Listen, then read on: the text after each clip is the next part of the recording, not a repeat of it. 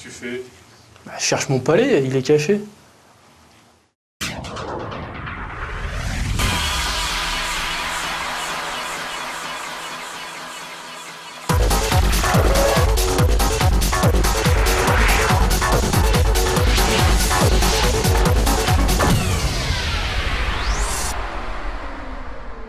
Bonjour, bienvenue dans 100%.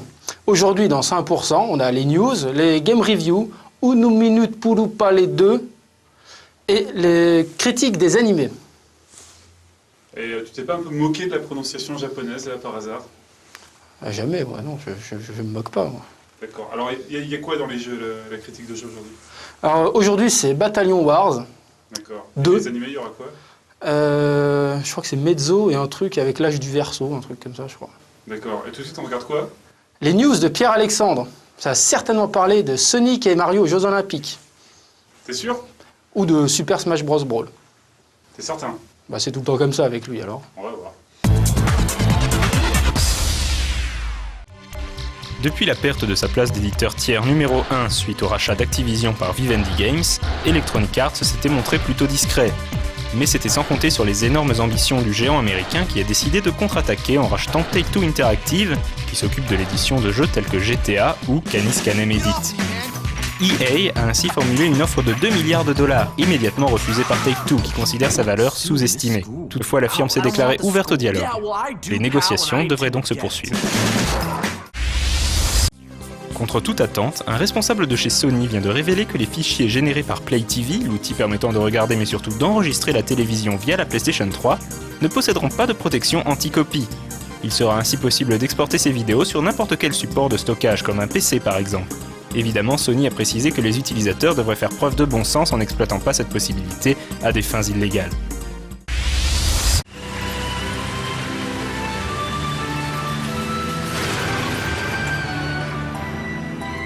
Prévu pour le 24 avril au Japon, Sega vient d'annoncer que le très beau Senjo no Valkyria parviendrait également en Europe à l'automne prochain. Outre son aspect visuel très singulier, ce tactical RPG possédera également un système de combat particulier qui se découpera en deux phases. La première, appelée Command Mode, permettra aux joueurs de déplacer ses unités sur une carte, alors que dans la seconde, baptisée astucieusement Action Mode, il faudra cette fois-ci contrôler son personnage au cœur de la bataille grâce à une vue à la troisième personne. Malgré une liberté apparente, le côté tactique prendra vite le dessus puisque le champ des possibilités sera réduit, avec par exemple un nombre de déplacements précis à ne pas dépasser.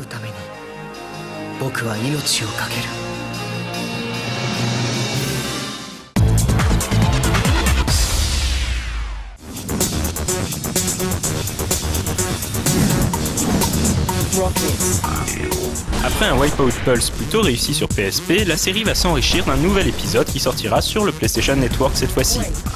Intitulé sobrement Wipeout HD, il proposera comme d'habitude des courses futuristes au cours desquelles le joueur devra à la fois gérer son placement et éviter les pièges tendus par les adversaires. Mais le point fort de ce volet résidera incontestablement dans sa compatibilité avec les télévisions Full HD. A noter également que le jeu permettra à 8 joueurs de s'affronter online. Sortie prévue dans le courant de l'année.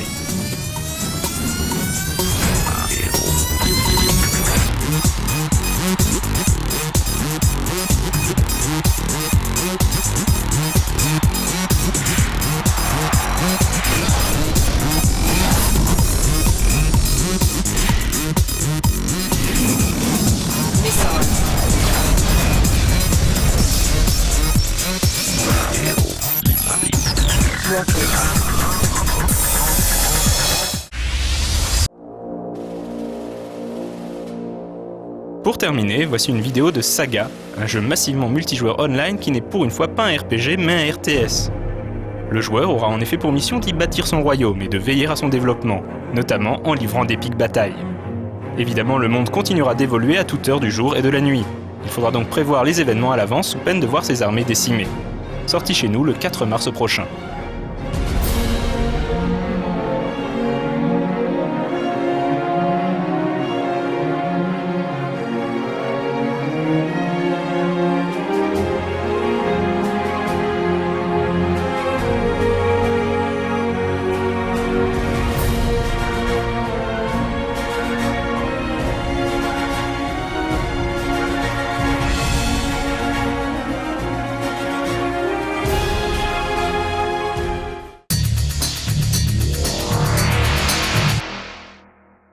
Alors, tout de suite, la critique du jeu Battalion Wars 2 sur Nintendo Wii. Un jeu chroniqué par Julien Pirou, forcément, c'est un jeu de guerre.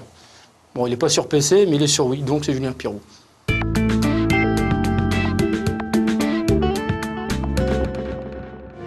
La grande saga des Famicom Wars a débuté en 1988. Développé par Intelligent Systems, le studio créateur de Fire Emblem et Paper Mario entre autres, ce wargame au tour par tour devint rapidement très populaire au Japon, engendrant quantité de suites sur toutes les consoles de Nintendo avant d'arriver finalement en Occident dans sa version Game Boy Advance. Il s'agit bien évidemment d'Advance Wars. Confié au studio anglais de Kujo Entertainment, Battalion Wars est un spin-off de cette série qui propose une expérience assez différente. Fini la stratégie, bienvenue à l'action tactique en 3D. La première tentative sur GameCube avait divisé les joueurs en raison de sa faible durée de vie et de son absence de mode multijoueur, pourtant l'un des plus gros points forts de l'ensemble de la saga. Kujo est-il parvenu à corriger le tir pour ce nouvel épisode sur Wii ?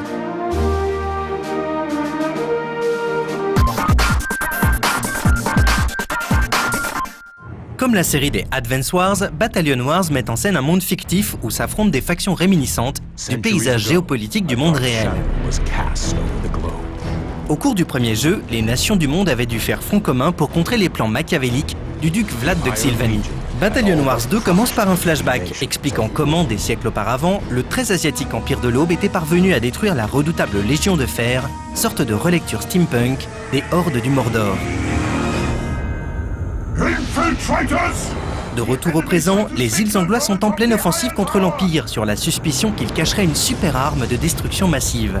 Ce postulat, vaguement familier, ne tarde pas à dégénérer en conflit mondial et invitera le joueur à incarner successivement les 6 factions du jeu au cours d'une campagne de longue haleine.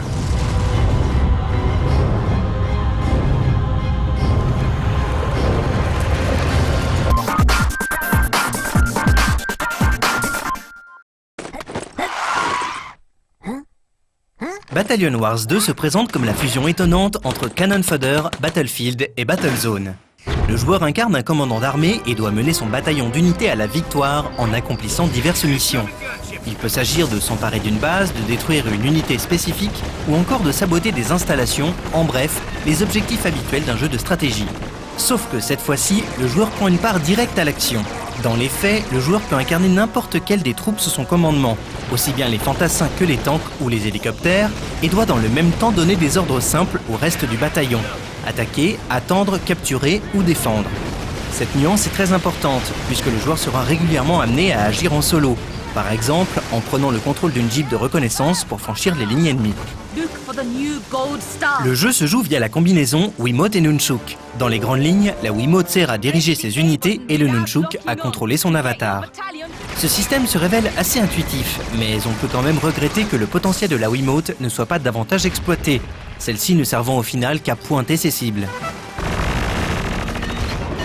Le joueur devra également gérer des bâtiments dont on s'empare en envoyant des fantassins capturer leur drapeau.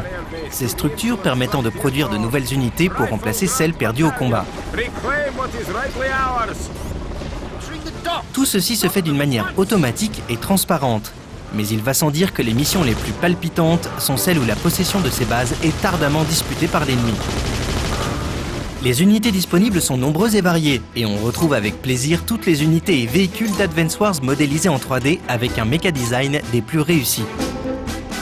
Innovation de taille par rapport au premier Battalion Wars, les unités navales sont cette fois dans la partie, offrant un panel de nouvelles situations et stratégies.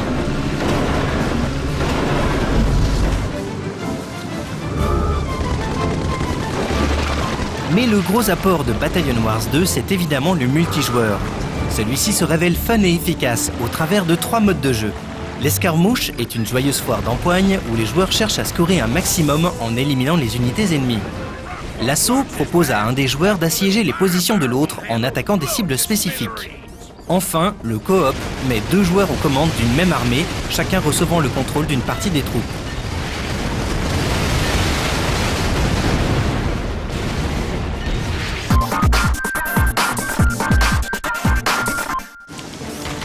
Sans doute moins accrocheur qu'un Advance Wars, Battalion Wars 2 parvient tout de même à prouver sa légitimité en corrigeant les défauts reprochés au premier épisode. L'univers coloré, la qualité du design, la maniabilité intuitive et surtout le mode multijoueur sont ses principales armes pour conquérir un large public. Au chapitre des reproches, l'amélioration graphique par rapport à l'épisode GameCube n'est pas flagrante et les décors sont dans l'ensemble un peu vides. Mais cela n'enlève rien à la qualité du titre de Nintendo Ekuju, qui vient s'ajouter au rang des meilleurs titres disponibles sur la Wii. Ceux qui avaient trouvé l'original trop limité ne devraient pas hésiter à lui laisser sa chance. Ce serait, après tout, de bonne guerre. A plan would be cast in motion that would once again set the nations of the world at war.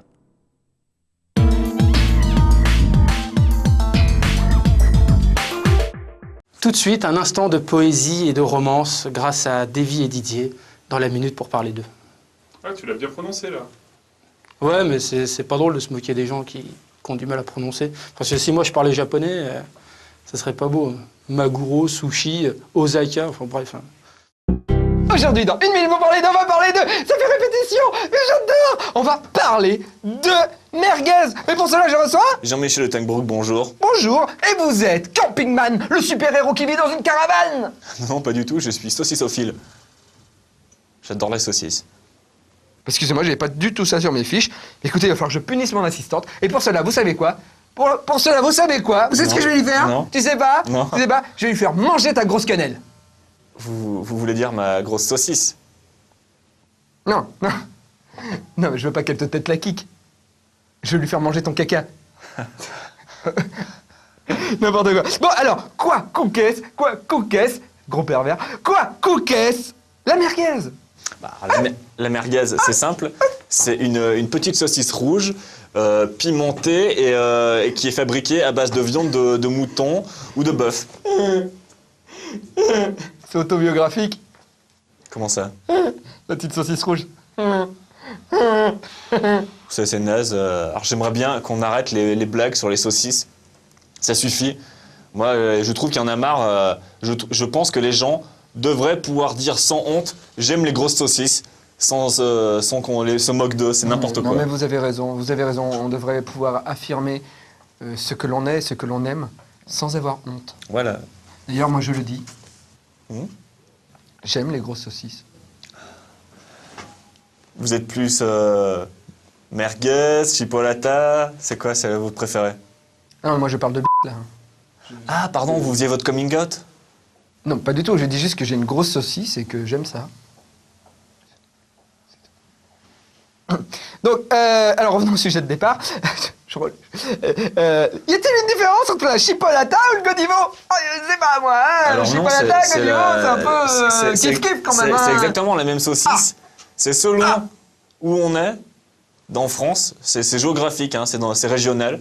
Ouais. Selon où on est, Oui. elle change de nom, donc des fois c'est un Godivo, des fois c'est une chipolata. Ah, c'est rigolo. Ça change de nom et ça change de sexe aussi.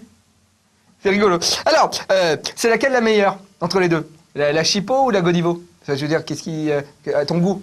Et vous êtes con, quoi, je vous ai dit que c'était la même. C'est toi qui es con. Hein. Excusez-moi, mais vous êtes qui? Je suis Clémence de la compagnie créole. Au bal masqué, ohé, ohé. Elle chante, elle danse, elle chante, au bal masqué. Elle ne peut pas s'arrêter, ohé, ohé, de danser, danser, danser, danser, danser. Joséphine, Superman, Spiderman, Batman, Napoléon. Green Lantern. Je connais des super-héros.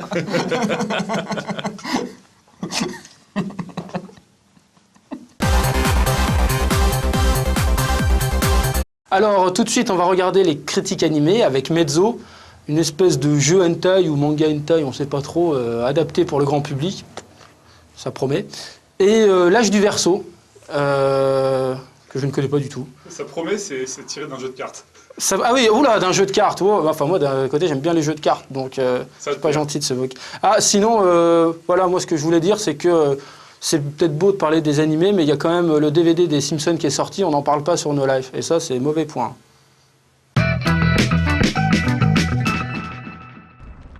La DSA, Danger Service Agency, est une agence de mercenaires composée de la sexy mais dynamique Mikula, de Harada, ingénieur touche-à-tout reconnaissable à ses dreadlocks, et de Kurokawa, le seigneur à l'accent chantant d'Osaka. Ils essaient de joindre les deux bouts, mais ce n'est pas facile de trouver des bons plans quand les clients ne se présentent qu'avec des virus mortels ou sont des mafieux notoires. Mezzo est la suite directe de deux OAV pour adultes sortis en 1998 du nom de Mezzo Forte. Celle-ci avait marqué le public avec son action trépidante, son hyper-violence, son chara-design léché et principalement ses scènes hentai complètement accessoires dans l'intrigue, mais fort bien animées.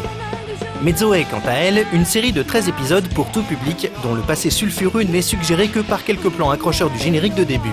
Cette série est un exemple typique du projet qui ne repose que sur un seul homme. Si celui-ci s'en va, tout s'écroule. Pour l'occasion, cet homme c'est Uematsu Yasuomi. Animateur de génie, il a travaillé sur Albator 84, Bleach, Akira, Le Tombeau des Lucioles et bien d'autres. Il a également réalisé l'un des meilleurs segments de l'omnibus robot Carnival, Présence.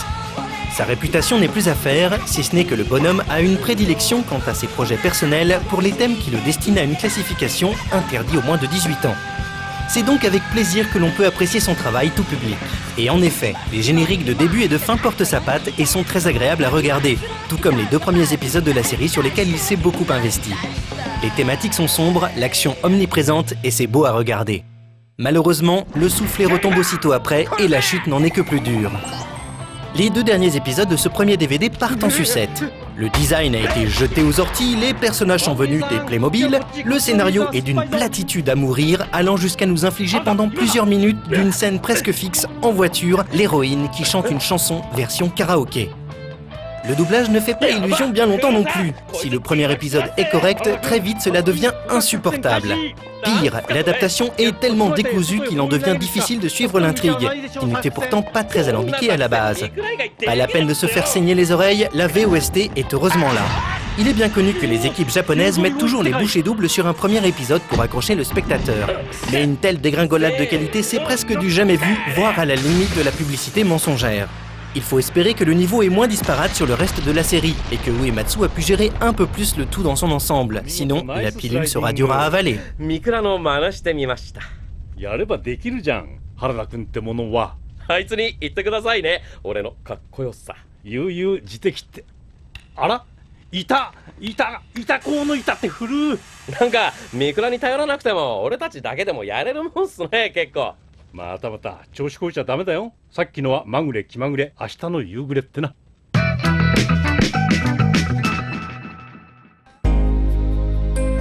De nos jours, on peut très bien faire son trou dans l'univers impitoyable du showbiz et, dans le même temps, participer à une guerre ancestrale impliquant démons et magiciennes. C'est ce que démontre dans la série L'âge du Verseau le jeune lycéen Kamikura Kiyota. Accompagné de ses 2 amis, Junichi et Shingo, notre héros est le chanteur d'un petit groupe amateur à la renommée grandissante. Repérés par une prestigieuse maison de production, ils ne tarderont pas à faire leur premier début dans le monde du spectacle.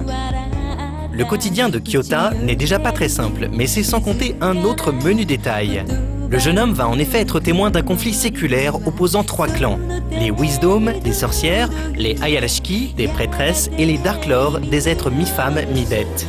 La situation va se compliquer d'autant plus quand Kyota apprend que Yoriko, sa petite amie, fait partie de ces êtres fantastiques, et que c'est elle qui doit décider de l'issue de cette bataille mystique. Le titre original de cette série est Aquarian Age. Il s'agit de l'adaptation d'un trading card japonais bien connu de la plupart des amateurs de jeux de cartes.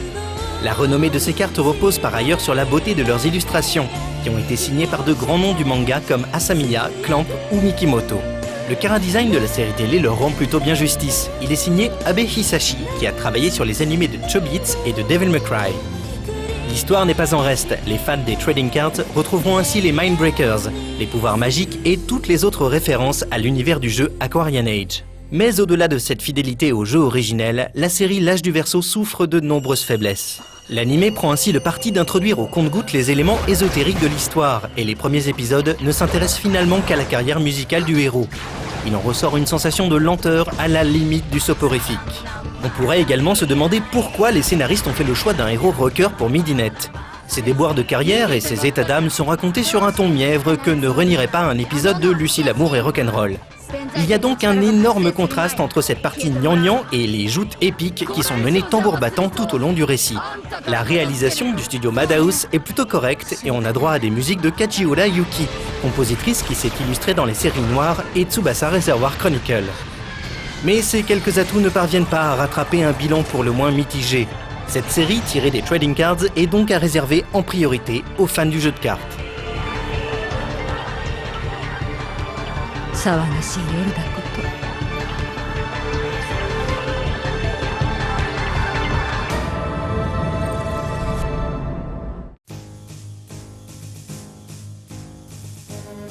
Bon, eh bien, moi je vais essayer de retrouver mon palais parce que quelqu'un l'a caché. Tu l'as déjà fait. Ah ouais, mais elle est drôle, palais caché quoi. Fallait pas les cacher. Oh, puis c'est bon.